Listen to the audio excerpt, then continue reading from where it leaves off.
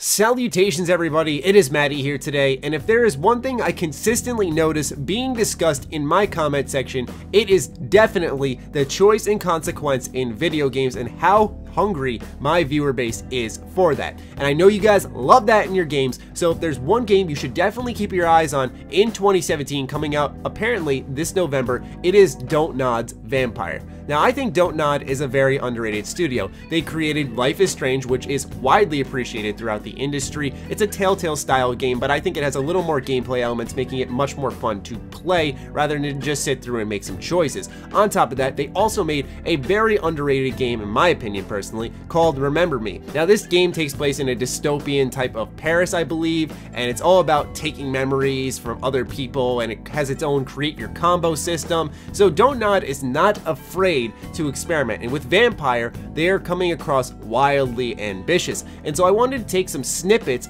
from this PC Gamer article I found. I will have it linked in the description down below. They saw a nearly 45-minute demo unscripted, and I think they did a great job selling why this game can be so special, and I'll offer my personal thoughts as we go along as per usual. Coming off of a game like Life is Strange, Don't Nod's Vampyr is a wildly ambitious RPG. During E3, I got the chance to watch nearly 45 minutes of unscripted gameplay, and the whole time I kept thinking, wow, this sure does look like The Witcher 3 and Vampyr Bloodlines had a baby. Trust me, I'm well aware that I just compared Vampyr to two of the most cherished PC games of all time, but just stick with me here. Now, one thing, I know everyone loves The Witcher 3, and if you haven't played Vampyr the Masquerade Bloodlines, that's another RPG you should definitely get around to playing. It's very underrated. It came out in 2004, and if you like choice and consequence, you like being a vampire, you like picking factions and all that different type of stuff, you will love Vampyr the Masquerade Bloodlines. There are tons of ways to tackle quests, objectives sent your way, there's a large skill system. I could go on and on about how great this game is, but point being, it is another fantastic RPG, and when you blend that with The Witcher 3, apparently you get Vampyr according to PC Gamer. Now, one thing we do have to be cautious of is that this could be what I like to call the E3 level. A lot of times we see in games, when we're playing them through in its entirety after E3, we have a pretty decent game, but then we notice this exponential amount of quality in this hour section of the game, which was clearly where the team doubled down on for production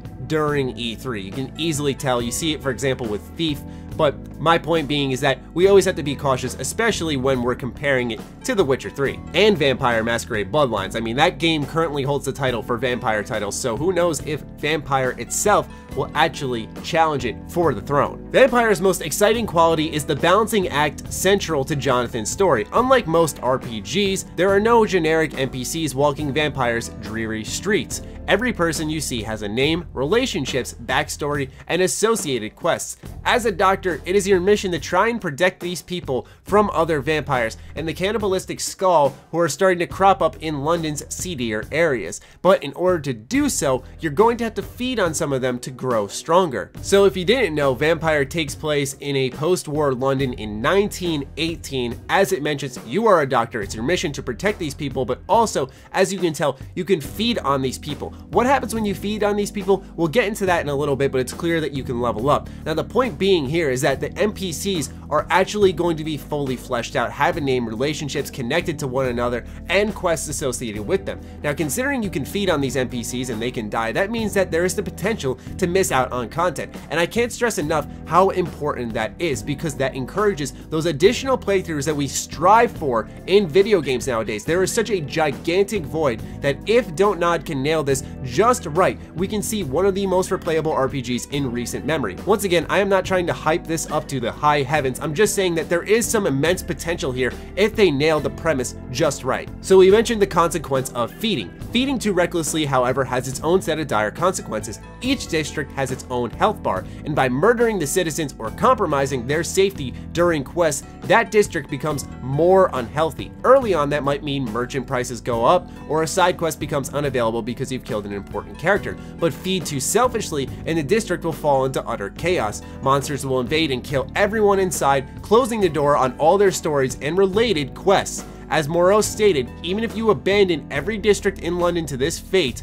you can still find ways to solve the main quest. It's a captivating idea. I just hope Don't Nod can actually weave it into Jonathan's personal story in a meaningful and dramatic way. So, wow. Once again, it's very impressive that they're going for that idea of, okay, let's say I feed on a couple of people, the merchant prices will go up, maybe I miss out on a side quest or two, but not everything's going to entirely unravel in a major fashion. So there's minor choices on top of major choices. Now, maybe the minor choices just incorporate into this district health bar, but I wonder if it's actually going to be tied into the major overarching narrative of the game itself. If I kill someone who I think is not important, does it turn out they tie into the story later on? How does that all work? I don't believe the choices just boil down to who you feed on and how it impacts the district, but also when it comes to conversations, because this article does cite in many moments that one of the unlockable skills you can have is persuasion, and they use it in different ways to lure people out of different paths, to feed on them, or to convince them to give them items to help complete a quest in a unique way. Once again, this is a small sample size for an RPG,